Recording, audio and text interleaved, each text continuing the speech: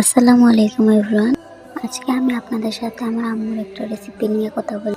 এই মরিচ গাছগুলো দেখছেন, এগুলো আমার আম্মু নিজের হাতে লাগানো। প্রতিদিন যত্ন করেন, পানি দেন, আগাছা পরিষ্কার করেন, কারণ আম্মা বিশ্বাস করেন নিজের হাতে ফলানো জিনিসের স্বাদই আলাদা। আর সেই যত্ন আর ভালোবাসা দিয়েই বানিয়েছেন এই মজাদার আমের আচার। কোনো কৃত্রিম কিছু নয়, শুধু ঘরের খাঁটি তৈরি স্বাদ। আম্মুর বাগানের মরিচ যেমন যত্ন করা হয়েছে, ঠিক তেমনি অনেক যত্ন আর ভালোবাসা দিয়ে বানানো হয়েছে এই আমের আচার।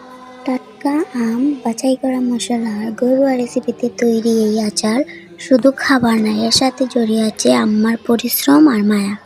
প্রতিটি বয়ামে আছে খাঁটি স্বাদ, কোনো শর্টকাট নয়, শুধু ভালোবাসা আর যত্ন। একবার খেলে বারবার খেতে ইচ্ছে করে ইনশাআল্লাহ। বাজারে অনেক আচার পাওয়া যায়, কিন্তু মায়ের হাতের স্বাদ কি আর কখনো পাওয়া যায়? আমার আম্মা অনেক যত্ন আর ভালোবাসা দিয়ে এই আমের আচার বানিয়েছেন। প্রতিটা আম বেছে নেওয়া থেকে শুরু করে মশলা মেশানো সবকিছুই করেছেন নিজের হাতে। এটা শুধু একটা আচার না, এর সাথে মিশে আছে আম্মার অনেক পরিশ্রম আর ভালোবাসা। আপনাদের কাছে শুধু একটা জিনিস চাই, ভিডিওটা দেখে বলবেন আমার আম্মার এই পরিশ্রম কি একটু ভালোবাসা পাওয়ার যোগ্য না? ভালো লাগলে একটা লাইক, কমেন্ট আর শেয়ার করে আমার আম্মুকে উৎসাহ দিন। ধন্যবাদ। আসসালামু আলাইকুম।